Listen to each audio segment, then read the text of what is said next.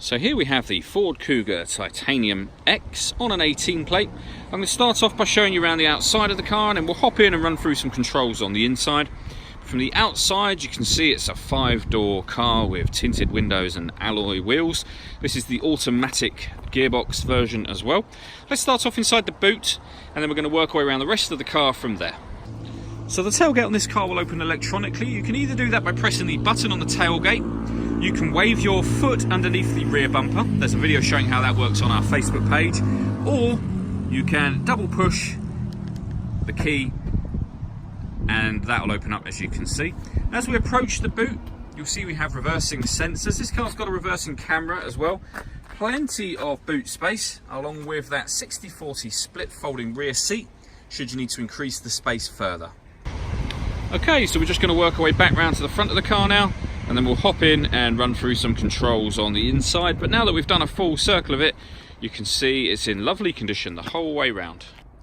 Just briefly before we climb in, I think it's what we're seeing the interior from this exterior point of view. You get full leather seats. The driver's seat is electronically adjustable. There's plenty to run through on the dashboard, so let's hop in and we'll do that right now. Okay, so now that we're inside the car, we're going to start with the dials. On the left-hand side, we have the rev counter, and on the right-hand side, the speedometer. At the bottom in the middle, we've got the fuel gauge and coolant temperature gauges, and then above that, you can see the total miles on this car, which are 4,364. You can change the information displayed in the main trip computer section by using buttons on the steering wheel for various different bits of fuel economy information, or that digital readout for the speedometer, which you can see being displayed now. If we back out to the steering wheel, the buttons I was using just now are these ones on the left, beneath which we've got cruise control and speed limiter.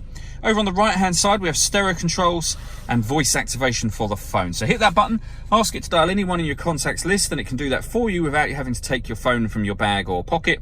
That is of course once you paired up your phone, which is done on the central screen, and we'll come to that in just a second.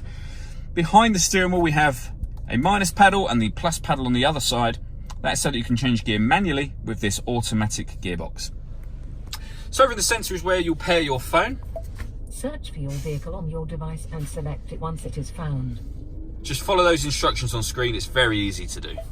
In terms of music in this car, there's a few ways to listen to it. The radio, first of all, you have AM, FM and DAB digital radio. You have a CD player and Bluetooth audio. So once you connect up your phone, not only can you make and receive phone calls, but you can stream your music wirelessly as well. There are also two separate USB inputs. If you connect devices to those, you have two extra boxes appear up on here. If we go back a step, we've got satellite navigation as well. There's a full video showing exactly how this works on both our website and on our Facebook page. And then finally, if I pop the car into reverse, you'll see we have the full colour reversing camera with guidelines showing you what direction the car is headed in relation to the image that you see behind you. It does make it very easy to park. Below that, if we move the gear lever out of the way, we have dual zone climate control. So you can adjust the temperature on either side of the car. You can determine where you'd like the air to be distributed. You can turn the fan speed up and of course down from here. When you're happy with all of those settings, hit that button to turn the air conditioning on, or hit auto, and the car will take control of the fan speed to maintain the temperatures that you've asked for, and you can override that at any time you wish to.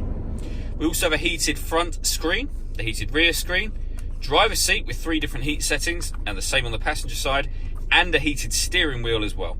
This button will open the tailgate, and this one turns off the stop and start. So this car is designed to cut out in traffic when you're stationary to save you fuel. Hit that button to turn that system off.